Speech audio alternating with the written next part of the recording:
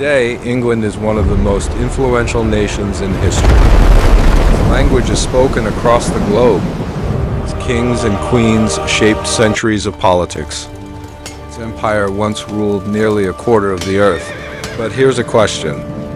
If someone had stood on this same island over 1,500 years ago and asked, "Where is England?" the answer would have been simple. There's no England, no English king, no English nation, no united people, only abandoned Roman cities, villages, broken roads, and a land slowly descending into chaos. Then, from across the cold waters of the North Sea came strangers, who arrived as mercenaries. Some came as settlers, others came as conquerors. Some, they were ruthless invaders who destroyed an ancient world. To others, they were the founders of a new civilization.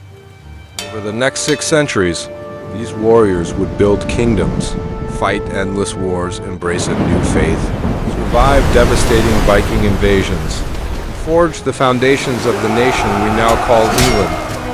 Just as their greatest dream finally became reality, everything they had built would be destroyed in a single day. A battlefield that changed the course of history forever.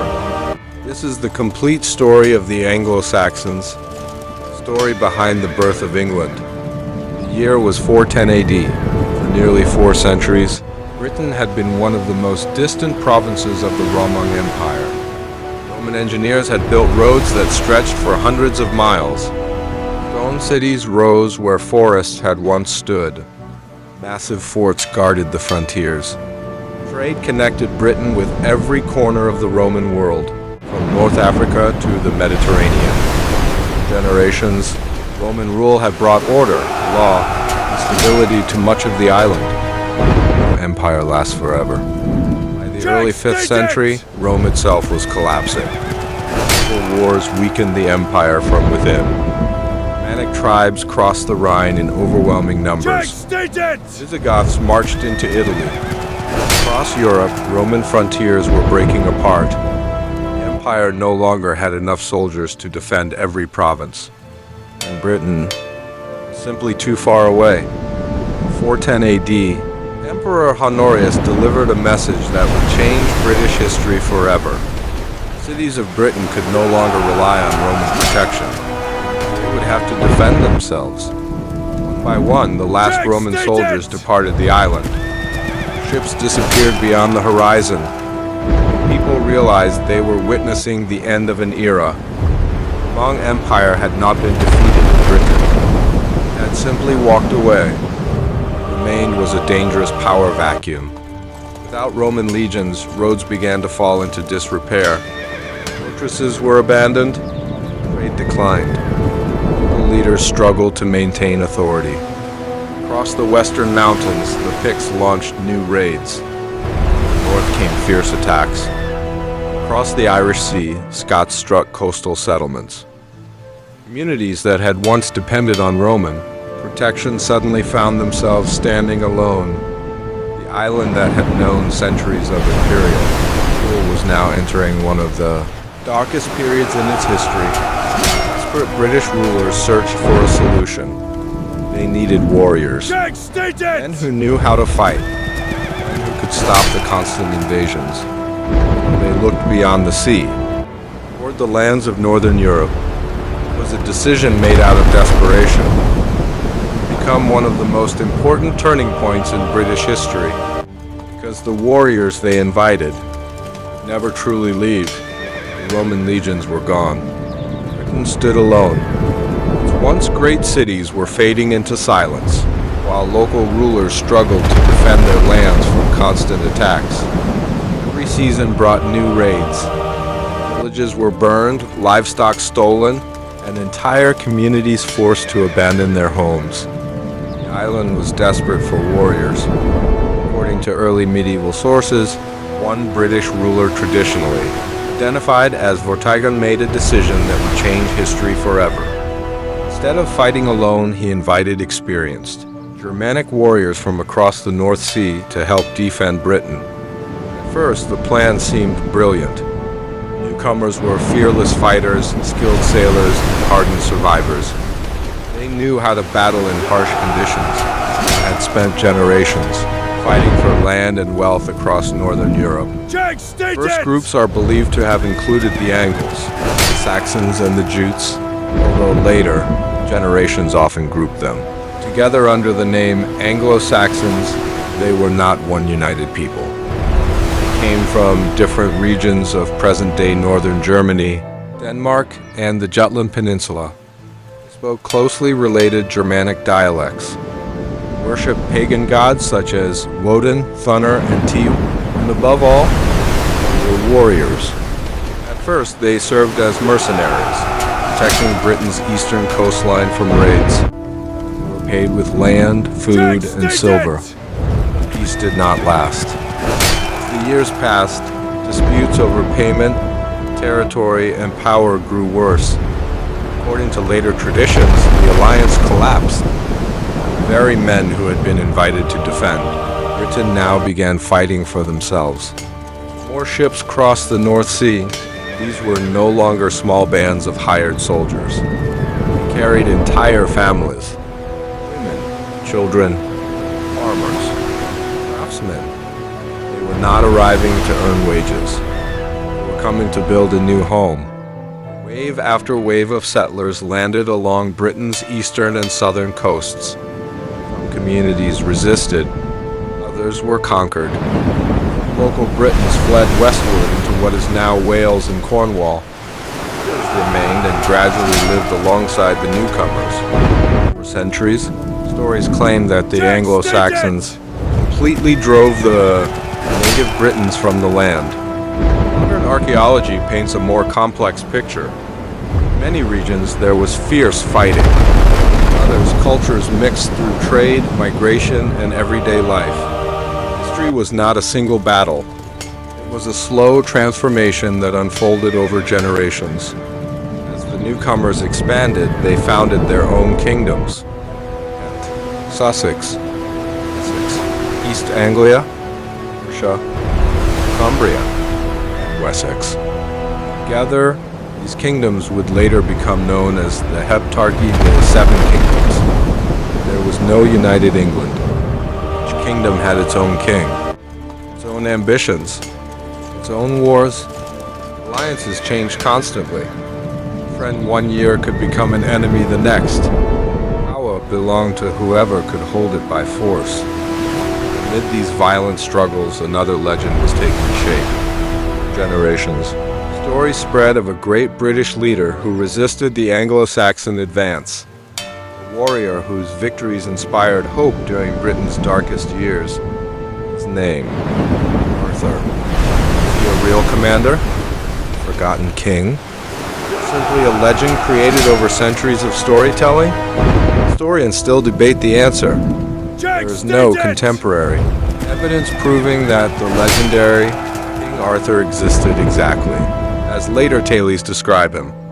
Yet many scholars believe that the legend may have been inspired by one or more real British war leaders who fought against the Anglo-Saxon, advanced during the late 5th or early 6th century.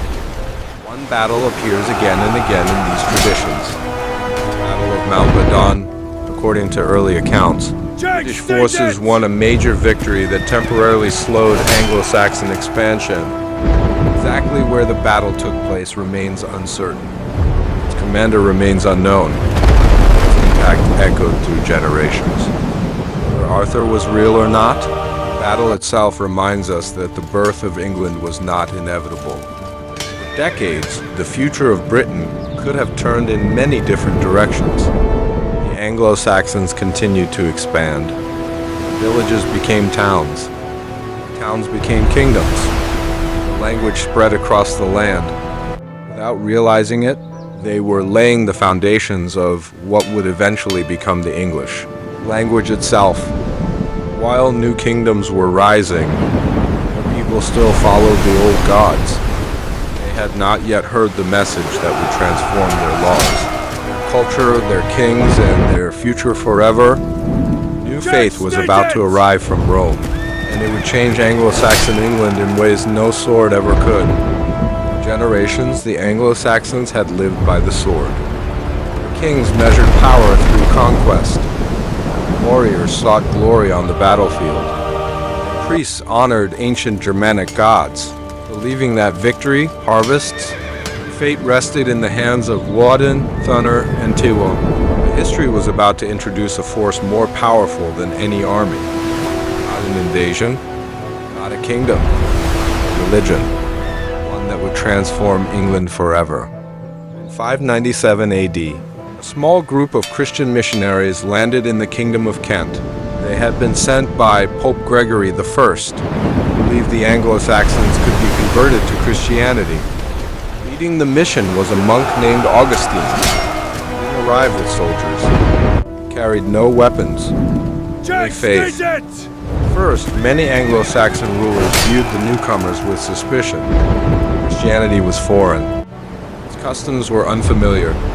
Its teachings challenged centuries of pagan tradition. Yet one king was willing to listen. Ethelbert of Kent. His wife, Queen Bertha, was already a Christian princess from Francia. Her influence helped open the door for Augustine's mission. After meeting Augustine, Ethelbert allowed the missionaries to preach throughout his kingdom. Before long, he accepted baptism. His decision changed far more than his own beliefs. In the early medieval world, a king's religion often became the religion of his people. Gradually, churches replaced pagan temples. Crosses appeared where sacred trees had once stood. Christian festivals blended with older traditions. Transformation was slow, sometimes peaceful, sometimes resisted, but impossible to stop. In decades, Christianity spread across much of Anglo-Saxon Britain. The new faith brought more than religion. It brought literacy. Monasteries became centers of learning. Monks copied books by hand, preserving not only Christian writings but also ancient knowledge that might otherwise have been lost forever. For the first time in generations, history itself began to be written down. Much of what we know about early Anglo-Saxon England survives because monks carefully recorded kings, battles, and important events. Without them, much of this history would have disappeared forever. Yet faith did not end violence. The seven kingdoms continued fighting one another. Mercia sought dominance. Northumbria expanded its influence. Wessex refused to submit. Every ambitious king dreamed of becoming the most powerful ruler in Britain. Some succeeded for a time. None could hold power forever. The balance constantly shifted. Alliances formed and collapsed. This decided the fate of kingdoms. England was slowly taking shape. It was still far from united. And, without warning, a new enemy appeared from the sea. Like earlier settlers, these men were not searching for farmland. They came for something else. Silver, gold, slaves, glory. 793 AD, longships emerged from the mist and reached the peaceful monastery of Lindisfarne. The monks had no walls, no army, no warning. The attackers struck with terrifying speed. Churches were looted, sacred treasures stolen, buildings burned. Many monks were killed. Others were taken away in chains. The attack shocked the Christian world. For many people, it felt like the end of an age. These raiders became known by a name that would inspire fear across Europe: the Vikings. Began as isolated raids, soon grew into full-scale invasions. Every kingdom of Anglo-Saxon, England would soon face the greatest threat in its history. Some would fall, others would disappear forever. Only one kingdom would remain standing.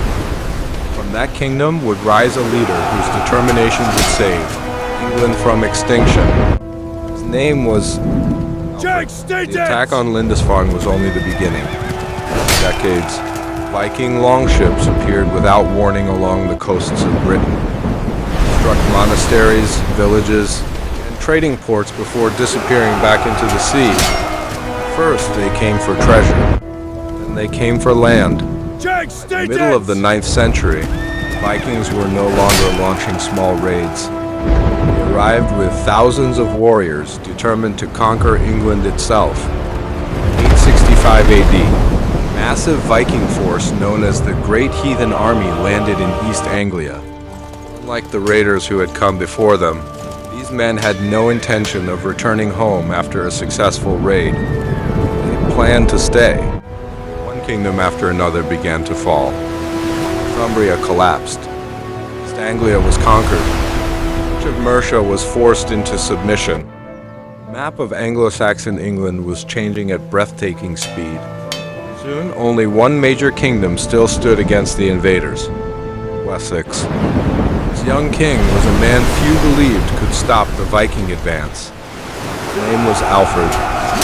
Alfred became king of Wessex in 871 AD. The future looked hopeless. Vikings were stronger, had more experienced warriors. They had already defeated kingdoms that had once seemed invincible. Even within Wessex, confidence was fading. For several years, Alfred fought desperate battles simply to survive. Then came his darkest hour. 878 AD, the Viking leader, Guthrum, launched a surprise winter attack on the royal stronghold at Chippenham. Alfred barely escaped. Only a handful of loyal followers, he fled into the marshes of Athelney. To many people, it looked as though the last Anglo-Saxon kingdom had finally fallen. England seemed lost. Centuries later, stories would claim that during this time, Alfred accidentally burned a poor woman's cakes while hiding in the countryside. Whether the tale is true or not remains uncertain. The legend survived because it captured something important. Even in defeat, Alfred refused to surrender. Living among the marshes, he quietly rebuilt his strength. Messengers traveled across Wessex, calling loyal warriors to gather once again. Farmers, hunters, local nobles, men who believed their kingdom was worth saving. In the spring of 878 AD, Alfred marched out of hiding and confronted Guthrum at the Battle of Edington. This time, the outcome was different. The Anglo-Saxon army fought with discipline and determination. After a fierce battle, the Vikings were defeated.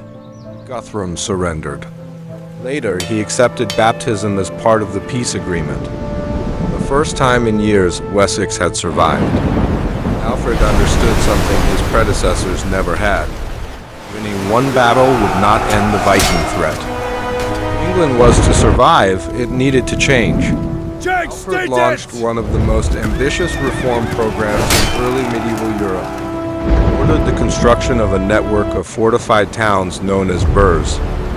Strongholds allowed ordinary people to find safety during attacks while providing permanent, defensive positions across the kingdom. He reorganized the army so that one group of soldiers defended the kingdom, while another continued farming. This ensured that Wessex could fight without starving its own people. He strengthened the navy, recognizing that the Vikings' greatest advantage came from the sea. Some historians even describe Alfred as the founder of the English navy. Yet Alfred's vision reached far beyond warfare. He believed that a kingdom could not survive through swords alone. Education had declined after decades of conflict. Priests could no longer read Latin. Knowledge itself was disappearing. Alfred invited scholars from across Britain and continental Europe to his court. Important books were translated into Old English so that more people could read and understand them. For Alfred, learning was as essential to survival as military strength. His reforms transformed Wessex into the strongest kingdom in Britain. More importantly, they laid the foundation for something entirely new. Not just a stronger kingdom, but the possibility of a united England. After Alfred's death in 899 AD, his vision did not die with him. His son, Edward the Elder, continued expanding Wessex's influence. Alongside him stood one of the most remarkable leaders of the age, his sister, Ethelfald, Lady of the Mercians. Together, they reclaimed town after town from Viking control. Frontiers slowly moved north. The dream Alfred had fought for was becoming reality. And in the next generation, A single king would finally unite nearly all the Anglo-Saxon kingdoms under one crown. His name was Athelstan. For the first time, England would truly become England. For nearly 2 centuries, the dream of Alfred the Great had continued to grow. His son, Edward the Elder, expanded the borders of Wessex. His daughter, Ethelfald, Lady of the Mercians, claimed fortress after fortress from Viking control, earning the respect of both allies and enemies. In 924 AD, a new ruler inherited their vision. His name was Athelstan. History would remember him as the first true king of all England. For the first time, most of the Anglo-Saxon kingdoms stood united beneath a single crown. It was more than a political victory. It was the birth of a nation. The idea of England, once nothing more than scattered kingdoms, divided by war, had finally become a reality. Athelstan strengthened royal authority, expanded trade, reformed the law, and built diplomatic ties with kingdoms across Europe. Rulers sought his friendship. The court became one of the most respected in the Christian world. Then, in 937 AD, the future of England was tested. A massive alliance of Viking rulers, Scots, and the kingdom of Strathclyde united against Athelstan. Their goal was simple: destroy the new English kingdom before it became too powerful. 2 armies met at the Battle of Brunanburh. Although historians still debate its exact location, few question its importance. Fighting was brutal. By the end of the day, the alliance had been shattered. Stan's victory secured the survival of the united England. Many historians consider Brunanburh one of the most important battles in British history. Without it, England might never have existed as a single kingdom. History never stands still. After Athelstan's death, England entered another period of uncertainty. Kings rose, others fell. Across the North Sea, familiar danger was gathering strength once again. The Vikings had returned. This time, they came under one extraordinary leader, Canute the Great. By 1016, Canute had conquered England and established a vast North Sea empire stretching across England, Denmark, and later Norway. Unlike earlier Viking raiders, Canute ruled as a Christian king, preserved many Anglo-Saxon laws, worked closely with English nobles, and brought a period of relative stability. For a time, the kingdom flourished once again. After Canute's death, his empire slowly unraveled. England eventually returned to Anglo-Saxon rule under Edward the Confessor. Edward was deeply religious, but left behind one serious problem. He had no heir. When Edward died in January 1066, the throne became the prize in a dangerous struggle. Several powerful men claimed they were the rightful king of England. The English nobles chose Harold Godwinson, one of the kingdom's most experienced commanders. He was crowned king almost immediately. Across the English Channel, William, Duke of Normandy, rejected Harold's claim. William insisted that Edward had promised him the English throne years earlier. Another challenger, the Norwegian king Harald Hardrada, also prepared for war. England faced the greatest succession crisis in its history. In September 1066, Hardrada invaded northern England. He marched his exhausted army hundreds of miles and achieved a stunning victory at the Battle of Stamford Bridge, where Hardrada was killed. It was one of Harold's greatest military achievements. He had little time to celebrate. Only days later, William's Norman army landed on England's southern coast. Harold turned his army around and marched back south with incredible speed. Many of his soldiers were exhausted. Some were wounded. There was no choice. The fate of England would be decided now. October 14th, 1066, the 2 armies met near the town of Hastings. The battle lasted from morning until evening. The Anglo-Saxon shield wall held firm for hours. Wave after wave of Norman attacks failed to break it. Then the tide began to turn. The Normans used feigned retreats, drawing parts of Harold's army out of position. One solid shield wall began to weaken.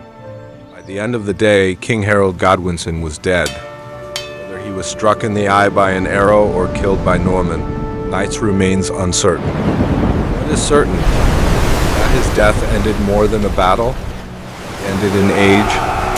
Harold's fall, nearly 650 years of Anglo-Saxon history came to a close.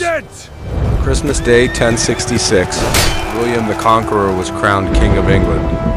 Norman Conquest transformed the kingdom forever. French became the language of the royal court. Castles rose across the countryside. A new ruling elite replaced much of the old Anglo-Saxon nobility. Yet the Anglo-Saxons did not disappear. Their language evolved into modern English. Their laws influenced future governments. Villages became modern towns. The vision of a united England survived every invasion that followed. Empires would rise, dynasties would fall. The foundations laid by the Anglo-Saxons remained. Their story was never just about conquest. It was about survival, war, identity. The birth of a nation that would one day change the world. The Anglo-Saxons may have lost the Battle of Hastings. They never lost their place in history. The end.